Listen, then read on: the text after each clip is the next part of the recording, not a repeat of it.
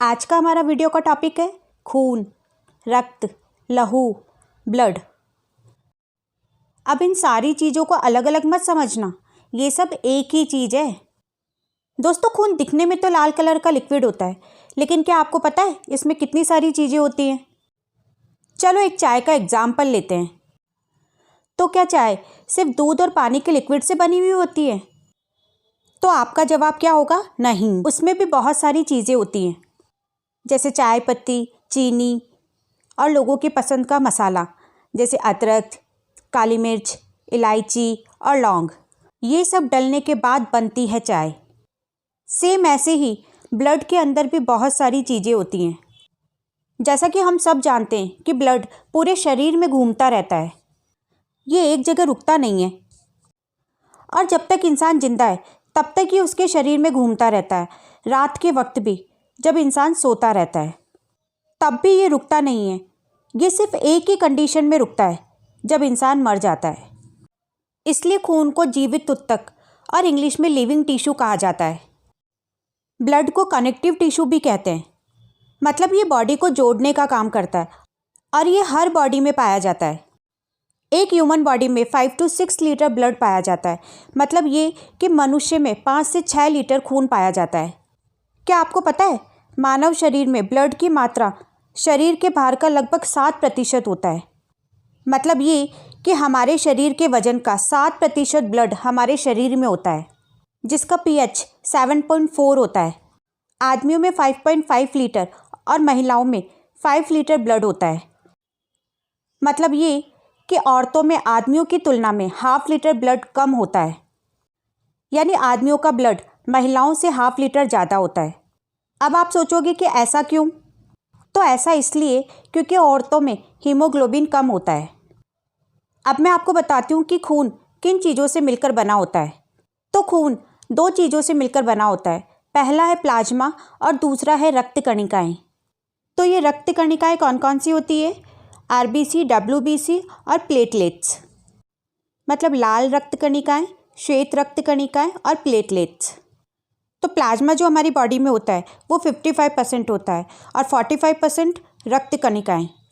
तो प्लाज्मा और रक्त कणिकाओं से मिलकर बना होता है ब्लड। तो ये ऐसे हमारे समझ में नहीं आएगा कि प्लाज्मा और रक्त कणिकाएँ यानी RBC क्या होती है। तो इसे हम एक पिक्चर से समझने की कोशिश करते हैं। तो आपको स्क्रीन पर दिख रहा है कि ब्लड है। तो इसका एक बार हम थोड़ी देर के लिए लाल रंग हटा देते हैं और देखते हैं कि ये किन किन चीज़ों से मिलकर बना होता है। तो अब आपको इसमें एक लिक्विड पार्ट दिख रहा होगा। तो ये होता है प्लाज्मा। तो ये 55% होता है। इसके बाद जो आपको लाल लाल दिख रहे हैं ये होती है लाल रक्त कणिकाएँ, इनको RBC बोलते हैं। उसके बाद रक्त में होती है श्वेत रक्त कणिकाएँ जो आपको दिख रही होगी, यानी WBC। और उसके बाद होती है प्लेटलेट्स। तो इस तरीके से इन सब चीज़ों से मिलकर हमारा ब्लड बनता है, यानी प्लाज्मा, RBC, WBC और प्लेटलेट से मिलकर बनता है ब्लड। तो पहले बात करते हैं प्लाज्मा की। तो ये ब्लड में 55% होता है, यानी ब्लड का लगभग 55% भाग प्लाज्मा होता है और ये नॉन लिविंग होता है। इसका 90% भाग जल और 10% भाग अन्य पदार्थ होता है। मतलब ये कि ये 90% भाग जल से और 10% अन्य पदार्थ से मिलकर बना है। अब ये जो अन्य पदार्थ हैं वो क्या क्या होते हैं? Protein, urea, sodium, phospho acid और बाइकार्बोनेट। तो ये सब जो है वो अन्य पदार्थ में आते हैं। ये 10% भाग होता है और बाकी का 90% भाग पानी होता है। तो अभी मैंने आपको बताया कि अन्य पदार्थ 10% होता है। तो उनमें एक फाइब्रिनोजेन नामक प्रोटीन पाया जाता है जो रक्त का थक्का जमने में मदद करता है। अब हम बात करते हैं फंक्शन ऑफ प्लाज्मा की, यानी ये क्या काम करता है। तो ये पचे हुए भोजन और हार्मोन का शरीर में संवहन करता है, बॉडी टेम्परेचर को कंट्रोल में रखता है और घाव भरने का काम करता है। दोस्तों, प्लाज्मा में एक चीज़ और पाई जाती है, सीरम। अब ये सीरम क्या होता है? तो जब प्लाज्मा में से फाइब्रिनोजेन नामक प्रोटीन निकाल लिया जाता है तो शेष भाग को सीरम कहते हैं। अब बात करते हैं ब्लड सेल्स यानी रक्त कणिकाएँ की। तो रक्त में इसका 45% भाग होता है। रक्त कणिकाओं को हम 3 भागों में बांटते हैं, लाल रक्त कणिकाएँ, श्वेत रक्त कणिकाएँ और प्लेटलेट्स। तो अब हम बात करेंगे आरबीसी, डब्ल्यूबीसी और प्लेटलेट्स की। तो सबसे पहले बात करते हैं आरबीसी की। ये ब्लड में 90% होती है, मतलब रक्त में 90% भाग होता है इसका। इसकी लाइफ 120 दिन की होती है और इसका निर्माण बोन मैरो यानी अस्थि मज्जा में होता है। आरबीसी की मृत्यु प्लीहा यानी स्प्लीन में होती है और इसे आरबीसी का कब्रिस्तान भी बोला जाता है। अब मैं आपको बताती हूँ कि ब्लड बनता कहाँ पर है। तो स्क्रीन पे ये फ़ोटो देखो, ये एक इंसान की हड्डी का फ़ोटो है। तो जब आप हड्डी को तोड़ के देखोगे तो उसके अंदर इस तरह की एक जाली बनी रहेगी, यहीं पर खून बनता है। अब इसी को इंग्लिश में बोन मैरो यानी अस्थि मज्जा कहा जाता है। तो यहाँ पर खून बनता तो है, लेकिन 120 दिन के बाद जब आरबीसी मर जाती है तो जाके स्प्लीन यानी प्लीहा में चली जाती है। अब ये स्प्लीन कहाँ होती है? तो अब ये पिक्चर देखो, इसमें लेफ़्ट साइड में काजू की शेप में या फिर राजमा की शेप में आपको ये हिस्सा दिख रहा है, यही स्प्लीन है। अब आप सोचोगे कि आरबीसी जा जा के स्प्लीन में जमा होती है तो स्प्लीन तो एकदम लाल हो जाता होगा। तो हाँ, लाल ही नहीं, आरबीसी जमा होते होते एकदम काला हो जाता है।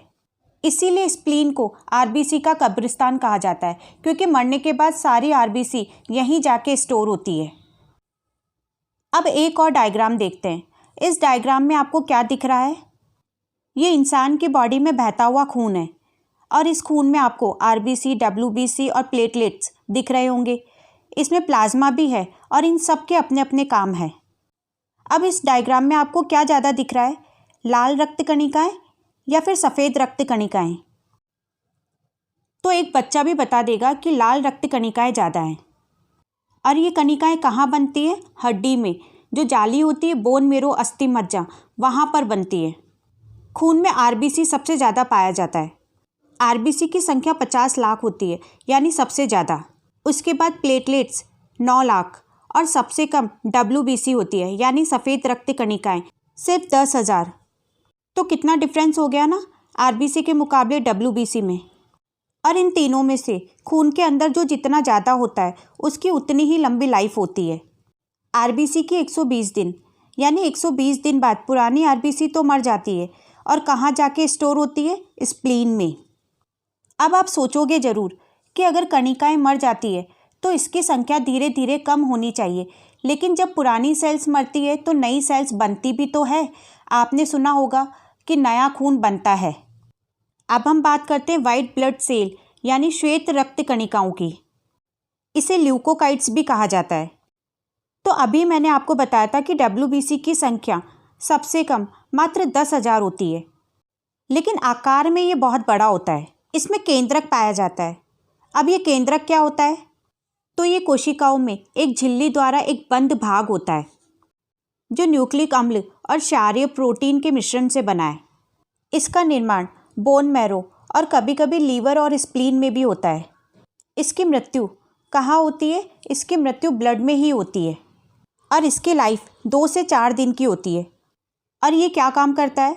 ये हमारे शरीर के रोगों को संक्रमण से बचाता है और इम्यून सिस्टम को बढ़ाता है, और इसी वजह से इसे शरीर रक्षक या बॉडीगार्ड भी कहा जाता है। ये घाव भरने का काम भी करता है। डब्ल्यूबीसी के 2 साइट्स होते हैं, एक होता है लिम्फोसाइट्स और दूसरा monocytes. Monocytes largest cell of body होती है, यानी बॉडी की सबसे बड़ी कोशिका होती है, और लिम्फोसाइट्स वो श्वेत रक्त कणिकाएँ होती है जो बीमारियों से बचाती है, और मोनोसाइट्स घाव भरने का काम करती है। डब्ल्यूबीसी की कमी से एड्स और ब्लड कैंसर जैसी बीमारियां हो जाती है। अब मैं आपको एक चीज़ और बताती हूँ कि विटामिन ए रक्त में डब्ल्यूबीसी को बढ़ाने का काम करता है। अगर ब्लड में डब्ल्यूबीसी की मात्रा कम होती है तो उसे हम कहते हैं ल्यूकोपीनिया, और अगर ब्लड में डब्ल्यूबीसी की मात्रा बढ़ रही है तो उसे हम कहते हैं ल्यूकेमिया। तो अब बात करते हैं ब्लड प्लेटलेट्स की। तो ब्लड में इसकी संख्या 9 लाख तक होती है। ये केवल मनुष्य एवं स्तनधारियों के ब्लड में ही पाया जाता है। इसमें केंद्रक नहीं होता और इसका निर्माण भी बोन मैरो में ही होता है। इसका जीवन काल 3 से 5 दिन का होता है और इसकी मृत्यु स्प्लीन में ही होती है, और इसका मेन काम ब्लड का थक्का बनाने में मदद करना होता है। तो ब्लड का थक्का बनाने का काम और किसका होता है? आरबीसी का। तो आरबीसी और प्लेटलेट्स दोनों ही ब्लड का थक्का बनाने में मदद करते हैं। प्लेटलेट्स की कमी से चिकनगुनिया और डेंगू ज्वार हो जाता है। मतलब चिकनगुनिया और डेंगू हो जाने पर ब्लड में प्लेटलेट्स की कमी हो जाती है। ये इतने कम हो जाते हैं कि इनकी संख्या 10,000 20,000 तक पहुंच जाती है। और प्लेटलेट्स की बहुत ज़्यादा कमी होने पर इंसान की मृत्यु भी हो जाती है।